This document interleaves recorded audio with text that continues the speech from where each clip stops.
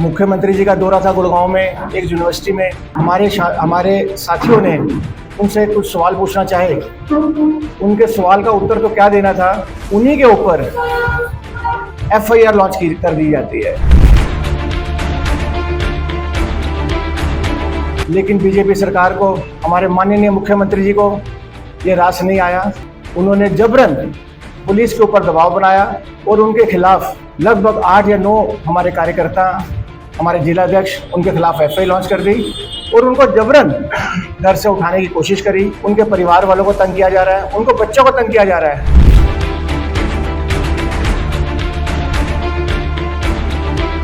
Police को भी बताना चाह रहे हैं, सरकार को भी जगाना चाह रहे हैं कि वो जो FIR, झूठी FIR जो दर्ज की है उन्होंने, वो वापस लें। अगर वो वापस नहीं लेते तो जिला स्तर में भी धरना प्रदर्शन होगा और गुड़गांव में भी विशेष तौर पर बहुत भारी संख्या में धरना प्रदर्शन किया जाएगा। अंबाला में कांग्रेस नेताओं और कार्यकर्ताओं के खिलाफ FIR दर्ज होने का मामला तूल पकड़ता जा रहा है। जिला कांग्रेस कमेटी ने FIR को लेकर कड़ी आपत्ति जताते हुए सरकार पर निशाना साधा है। कांग्रेस नेताओं का कहना है कि लोकतंत्र में जनहित के मुद्दों को उठाना और सरकार की नीतियों का विरोध करना विपक्ष का अधिकार है। अंबाला छावनी कांग्रेस भवन में आयोजित PC के दौरान जिला कांग्रेस कमेटी के अध्यक्ष परविंदर सिंह ढिल्लों ने पूरे मामले को लेकर अपनी बात रखी। कांग्रेस नेताओं के मुताबिक गुरुग्राम में मुख्यमंत्री के दौरे के दौरान कांग्रेस नेताओं और कार्यकर्ताओं ने अपनी मांगों और जनहित से जुड़े मुद्दों को लेकर शांतिपूर्ण विरोध प्रदर्शन किया था। कांग्रेस का आरोप है कि इस प्रदर्शन के बाद पुलिस ने नेताओं और कार्यकर्ताओं के खिलाफ FIR दर्ज की। परविंदर सिंह ढिल्लों ने कहा कि अगर प्रदर्शन के दौरान कानून व्यवस्था को लेकर प्रशासन को कोई आपत्ति थी तो बातचीत के जरिए मामले का समाधान निकाला जा सकता था। उनका कहना है कि विरोध का जवाब FIR और गिरफ्तारी के जरिए देना लोकतांत्रिक भावना के खिलाफ है। कांग्रेस ने साफ किया कि FIR और कार्रवाई के बावजूद उनके कार्यकर्ता पीछे नहीं हटेंगे और जनहित से जुड़े मुद्दों को लगातार उठाते रहेंगे। सबसे पहले आप सभी प्रेस बंधुओं का यहाँ कांग्रेस कार्यालय में पहुँचने पर धन्यवाद करता हूँ। मैं समझता हूँ आप सबके संज्ञान में एक बात आई होगी। 21 तारीख का वाक़या है।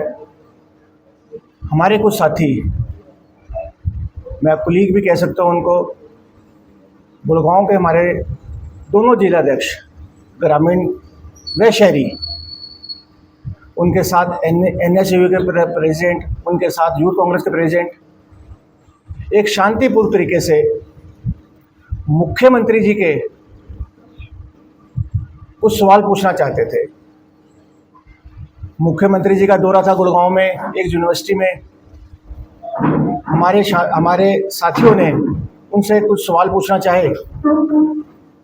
उनके सवाल का उत्तर तो क्या देना था, उन्हीं के ऊपर FIR लॉन्च कर दी जाती है।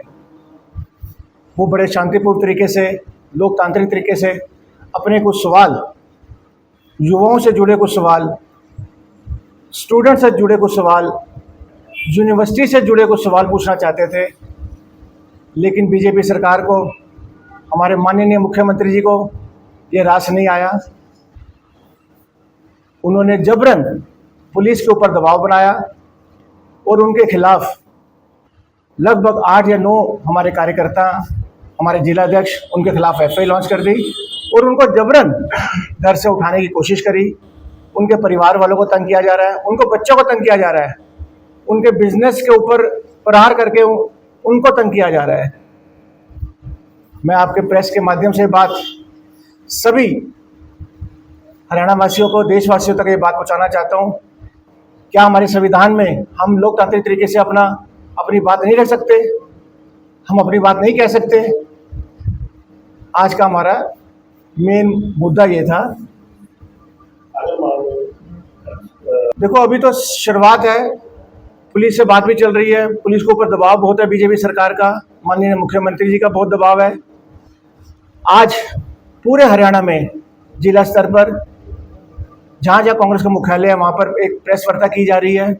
हम प्रेस वार्ता के माध्यम से पुलिस को भी बताना चाह रहे हैं, सरकार को भी जगाना चाह रहे हैं कि वो जो FIR, झूठी FIR जो दर्ज की है उन्होंने, वो वापस लें। अगर वो वापस नहीं लेते तो जिला स्तर में भी धरना प्रदर्शन होगा और गुड़गांव में भी विशेष तौर पर बहुत भारी संख्या में धरना प्रदर्शन किया जाएगा। का गेट भी आ रहा था जिसमें पुलिस आई थिंक AK-47 तो ये बात तो मैं आपने एक सवाल पूछा, ये AK-47 का तो मैं समझता हूँ एक रिवाज हो गया जब से बीजेपी सरकार आई है। ये पहली बार नहीं है। बड़ा पुलिस का मुलाजिम AK-47 छीन के और वो विद्यार्थी हमारे स्टूडेंट के ऊपर दिखाई जा रही है। आपने देखा होगा, अगर मैं बात करूं पिछले महीने की 20 या 21 तारीख की, एक शांतिपुर जंतर मंतर पर विद्यार्थी पूरे देश से स्टूडेंट इकट्ठे हुए और अपना वो रोष प्रदर्शन कर रहे थे। किस तरीके से पहले उनके ऊपर आंसू गैस के गोले दागे गए, किस तरीके से उनके ऊपर लाठीचार्ज किया गया, और यही नहीं रुकी बात, किस तरीके से एक पैलेट गन जो छर्रे निकलती है, उन छर्रों के जरिए स्टूडेंट्स के ऊपर वार किया गया। उसी के चलते हमारे एक सोनीपत का हमारा एक विद्यार्थी है, सोनीपत का हमारा एक साथी है, सोनीपत का एक हमारा स्टूडेंट है, जो पिछले लगभग 1 महीने से पुलिस को गुहार लगा रहे थे, उसका परिवार और स्वयं खुद उनके कुछ साथी, पुलिस ने मुकदमा दर्ज नहीं किया।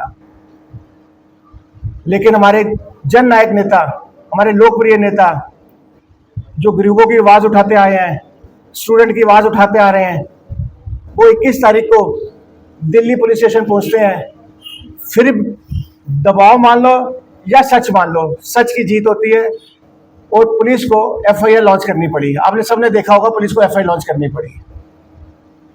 मैंने भी जैसे कि बताया कि मेरे को भी आज कुछ व्हाट्सएप्स के चैनल के माध्यम से पता चला, हमारी हरियाणा में एक कमेटी बनी है, डिसिप्लिनरी कमेटी बनी है, जिसके अध्यक्ष हमारे धर्मपाल मलिक जी हैं। मैं समझता हूँ उस कमेटी के समक्ष ये बात रखी जाएगी, उसमें जो भी फैसला हमारी कमेटी लेगी वो सबको मान्य होगा।